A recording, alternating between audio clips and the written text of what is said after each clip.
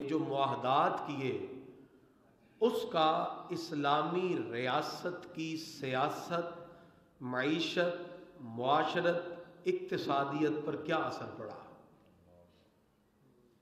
اس کے پیچھے کون سے ایسے راز کار فرما ہے کہ نبوی حکمت عملی کی وجہ سے آج پوری دنیا میں ہمیں اسلام پھلتا پھولتا دکھائی دے رہا ہے۔ پیش کرتے ہوئے نبی کریم صلی اللہ علیہ وسلم کی حکمت عملی آپ کے سامنے پیش کریں گے۔ سرکار دو عالم علیہ الصلوۃ والسلام کی حیات مبارکہ کا جب ہم مطالعہ کرتے ہیں تو مکہ مکرمہ کے 13 سال مکی دور اعلان نبوت کے بعد مختلف مسائل، مشکلات سے یہ سلسلہ گزرا، اور اس کے بعد مدنی دور کے 10 سال جس میں اسلام اتنی تیزی سے پھیلا کہ مدینہ منورہ کے 10 سال میں آقا دو جہاں صلی اللہ تعالی علیہ وسلم نے تقریباً 10 لاکھ مربع میل تک اسلام کے پرچم کو لہرا دیا، اور اس انداز میں نبی کریم صلی اللہ تعالی علیہ وسلم نے آقا علیہ الصلوۃ والسلام کی سیرت کا ایک پہلو ہے معاہدات، کانٹریکٹ۔ آپ نے مختلف معاہدات کیے، اور ان کا مقصد کیا تھا کہ ان معاہدات کے ذریعے اسلام کے خلاف اٹھنے والی جتنی سازشیں ہیں ان سازشوں کو دبا دیا جائے۔ سب سے پہلے سوال یہ اٹھتا ہے کہ معاہدہ کیا ہے؟ معاہدہ اور عہد، یہ لفظ اکثر آپ سنتے ہیں، اس سے مراد میثاق ہوتا ہے۔ معاہدہ کہتے ہیں کہ 2 یا 2 سے زیادہ افراد کے درمیان طے ہونے والا رضامندی کا وہ معاملہ ہے جس کا قانونی طور پر نفاذ ہو سکے۔ یہ 2 اشخاص کے درمیان بھی ہو سکتا ہے، 2 فریقین کے درمیان بھی ہو سکتا ہے، 2 ملکوں کے درمیان میں بھی ہو سکتا ہے، اور اس کو میثاق بھی کہتے ہیں، یا اس میں حلف کا لفظ بھی استعمال کیا جاتا ہے۔ قرآن مجید فرقان حمید کے اندر اللہ تعالیٰ نے مختلف مقام پہ اس کا ذکر کیا۔ نبی کریم صلی اللہ علیہ وسلم نے بہت سی بڑی بڑی طاقتیں جو غیر مسلم تھیں ان کو اسلام کے انڈر کرنے کے لیے ان سے ایسے ایسے معاہدے کیے کہ بالآخر وہ اپنے معاہدے میں لکھی ہوئی باتوں کی وجہ سے ایک دن ہمارے آقا کے قدموں میں جھکے نظر آتے ہیں۔ اللہ تعالیٰ قرآن مجید میں ارشاد فرماتا ہے وَإِن جَنَحُوا لِلسَّلْمِ، اے نبی اگر وہ گروہ یا دشمن صلح کی طرف مائل ہو جائیں، فَجْنَحْ لَهَا، تو آپ ان سے صلح کیجئے، وَتَوَكَّلْ عَلَى اللَّهِ، اور اللہ پہ بھروسہ کریں، إِنَّهُ هُوَ السَّمِيعُ الْعَلِيمُ، بے شک اللہ سننے والا اور جاننے والا ہے۔ اس کا مطلب اسلام تشدد کی راہوں کی اجازت نہیں دیتا۔ اگر کسی مقام پر امن، محبت اور صلح کے ساتھ معاملہ طے پا جاتا ہے تو اس کو طے کر کے مسلمانوں کی زندگی کے معاملات، معاشی، معاشرتی، اقتصادی اور مذہبی راہوں کو ہموار کرنے کے لیے مسلمانوں کو کسی نہ کسی طرح ان چیزوں کو مواقع کے طور پر شامل کرنا چاہیے۔ اب معاہدہ کتنی طرح کا ہوتا ہے؟ ایک ہوتا ہے تجارتی معاہدہ جو ملکوں یا اقوام کے مابین باہم تجارت کے فروغ کے لیے ہوتا ہے، اسے تجارتی معاہدہ کہتے ہیں۔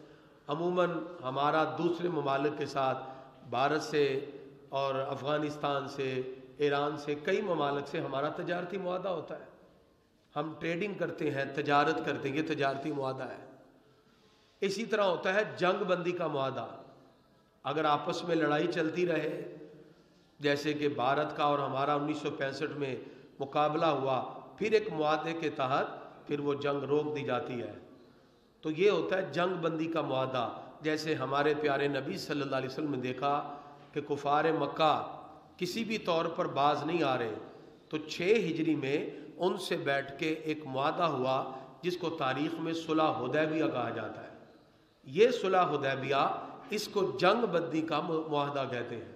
اس سے پھر اہل مکہ اور مدینہ کے درمیان لڑائیاں بند ہو گئیں، جنگ و جدل کی کیفیات رک گئی۔ اسی طرح ہوتا ہے امان کا معاہدہ۔ نبی کریم صلی اللہ تعالی علیہ وسلم نے جب صلح حدیبیہ ہو گئی تو ریاست مدینہ کو مستحکم کرنے کے لیے جتنے قریب قریب قبائل تھے، جتنی اقوام تھیں، ہمارے آقا نے ان کے ساتھ بہترین معاہدہ کرتے ہوئے ان کو اسلامی ریاست کا مطیع بنا لیا۔ یہ حکمت عملی تھی۔ اسی طرح ہوتا ہے حلیفی معاہدے، ایک دوسرے کی تعاون کے لیے۔ جیسے ریاست مدینہ کے قیام کے بعد شمالی اور مغربی علاقوں کے جو قبائل تھے، جوہینہ، مزینہ اور دمرہ جیسے، آقا علیہ الصلوۃ والسلام نے ان سے یہ معاہدے کیے، اور پھر بالآخر وہ لوگ سرکار کے حسن عمل سے متاثر ہو کر اسلام کی طرف مائل ہونے لگے۔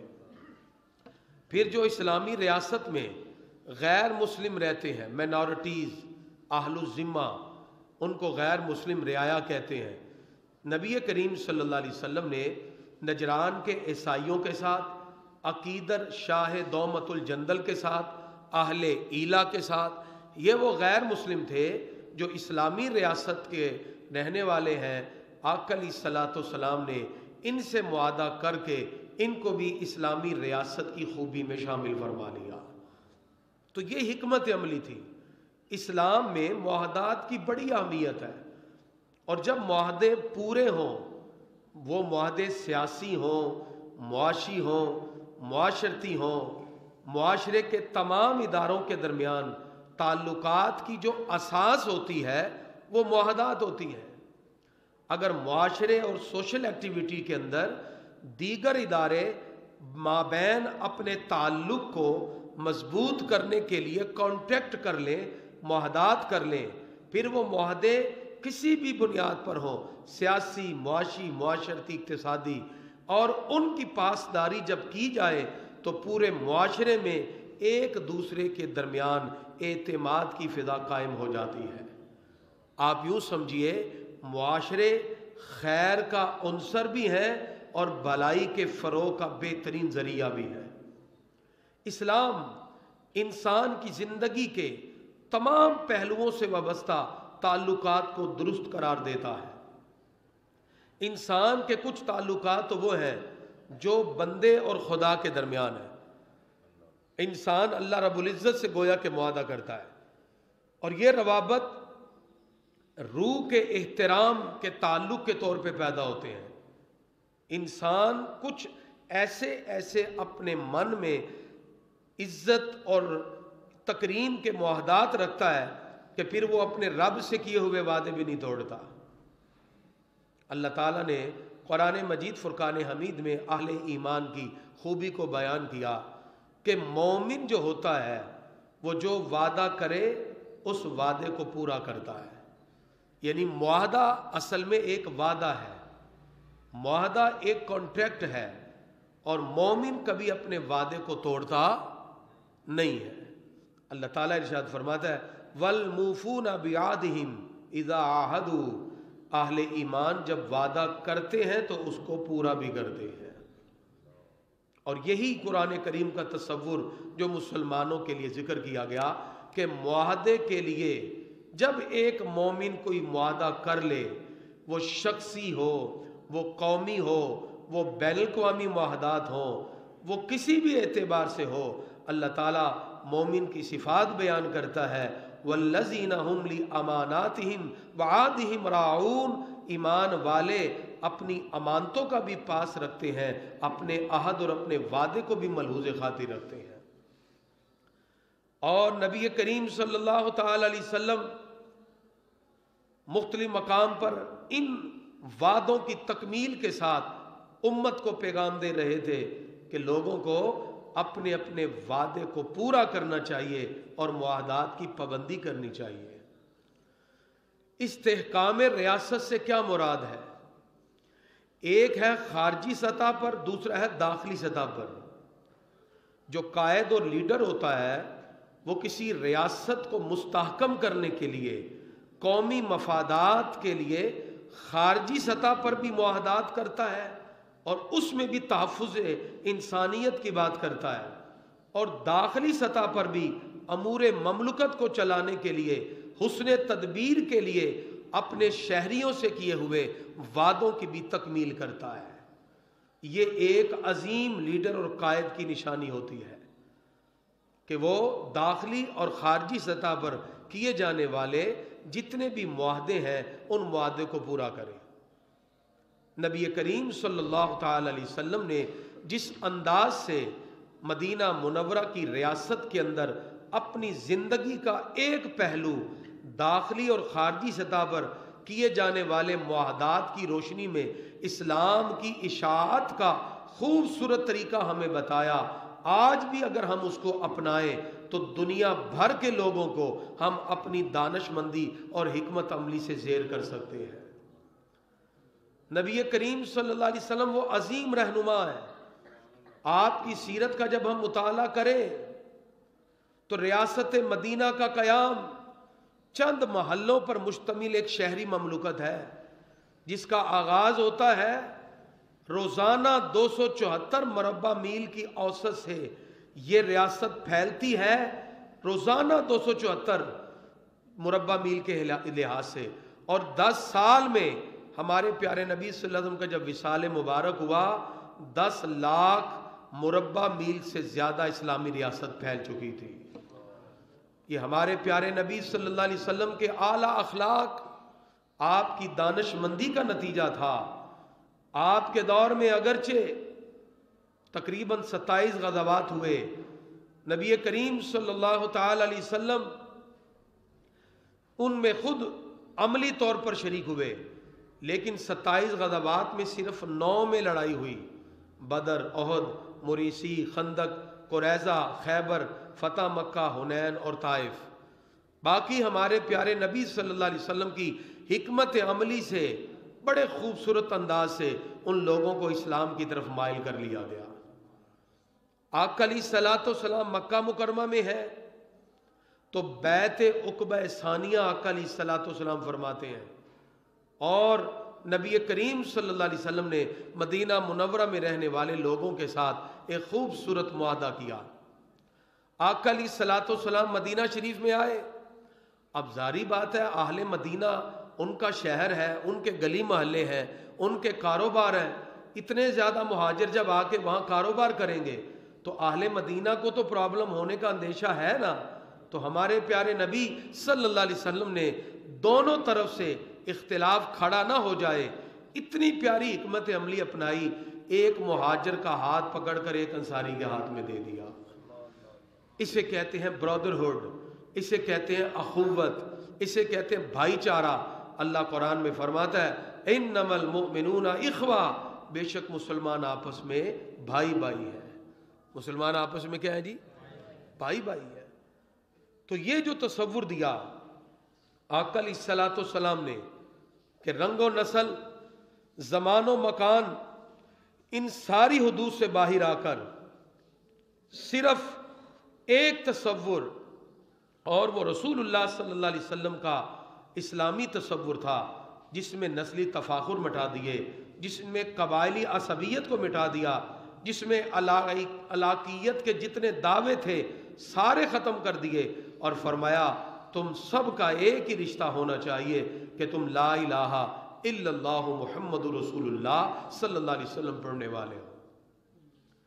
اور پھر اس کا فائدہ کیا ہوا کہ پھر انصار نے مہاجر بھائیوں کو اپنا کاروبار میں شرکت کر دی، یہاں تک کہ اپنی چیزوں پر دوسروں کو ترجیح دی، رہائش کھانے پینے کا بندوبست کیا۔ اللہ تعالیٰ ان کی صفت میں فرماتا ہے وَيُؤْثِرُونَ عَلَىٰ أَنفُسِهِمْ وَلَوْ كَانَ بِهِمْ خَصَاصَةٌ، وہ اپنے آپ پر دوسروں کو مقدم رکھتے ہیں اگرچہ خود وہ ضرورت مند کیوں نہ ہو، اپنی ضرورت پر دوسروں کو مقدم کرتے ہیں۔ تو ہمارے پیارے نبی صلی اللہ علیہ وسلم نے سب سے پہلا کام تو مسلمانوں کے اندر اتحاد پیدا کیا۔ اب توجہ، جب آقا علیہ الصلوۃ والسلام مدینہ منورہ تشریف لائے تو ہر مذہب کا بندہ وہاں موجود تھا، اور اوس و خزرج کے 12 قبیلے تھے، اور یہودیوں کے تقریباً 20 قبائل تھے۔ کتنے جی؟ 20 قبائل تھے یہودیوں کے مدینہ شریف میں، اور کوئی مستقل شہری نظام نہیں تھا مدینہ شریف میں، کوئی حکومت نہیں تھی۔ کبھی اوس خزرج کو جا کے مارتا، کبھی خزرج والے اٹھتے اوس والوں کو مارتے۔ یہودی قبائل آپس میں حلیف بن کر ایک دوسرے سے جنگ کرتے رہتے۔ جب ہمارے پیارے نبی صلی اللہ علیہ وسلم مدینہ منورہ میں آئے تو مدینہ منورہ کی آدھی آبادی یہودیوں پر مشتمل تھی۔ کتنی آبادی؟ آدھی آبادی یہودیوں پر مشتمل تھی۔ اور ہمارے پیارے نبی صلی اللہ علیہ وسلم نے ایک خوبصورت کام یہ کیا، آپ نے سارے غیر مسلم یہودیوں کو ایک ٹیبل پہ جمع کر کے ان سے میثاق مدینہ کر کے آقا علیہ الصلوۃ والسلام نے ان کی ساری سازشوں کو بند کر کے اسلام کے پرچم کو بلند فرما دیا۔ یہ حکمت عملی تھی، اور اس میں کچھ دفعات سرکار نے مسلمانوں کے لیے رکھی کرنے کی کوشش کرے گا، اس کے خلاف تمام مسلمان یکجا ہو کر اس فتنے کو ختم کریں گے۔ یا آقا علیہ الصلوۃ والسلام نے دفعات لکھی، اور یہودیوں کے بارے میں سرکار نے لکھا کہ مسلمانوں کی جنگوں میں ان کی مالی مدد کرنا یہودیوں پہ واجب ہوگا۔ یہ میثاق مدینہ کی شک ہے کہ یہودی بھی مسلمانوں کو کے ساتھ کھڑے ہو کر کافروں کے خلاف، مشرکین کے خلاف لڑیں گے۔ دوسری شک یہ لکھی کہ مسلمان اور یہودی دونوں اپنے اپنے مذہب کے پابند رہیں گے، شہر میں فریقین کا ایک دوسرے کے ساتھ جنگ کرنا حرام ہوگا۔ اور اس طرح جب یہ سارا معاہدہ لکھ لیا گیا اور واضح کر دیا کہ کوئی بھی اس کے اندر وعدے کی خلاف ورزی نہیں کرے گا، یہ ہمارے آقا کی سیاسی بصیرت تھی، اس نے تدبر تھا، باہمی امن و سلامتی، آزادی اور رواداری اور عدل و انصاف کا ایسا خوبصورت معاہدہ ہمارے پیارے نبی صلی اللہ علیہ وسلم نے میثاق مدینہ میں بلا تمیز رنگ و نسل، مذہب و عقیدہ جب لکھ لیا، اس کی وجہ سے ہر گروہ کو آزادی مل گئی، حصول انصاف کے مواقع مل گئے، اور مدینہ منورہ میں اسلام تیزی سے پھیلنے لگا۔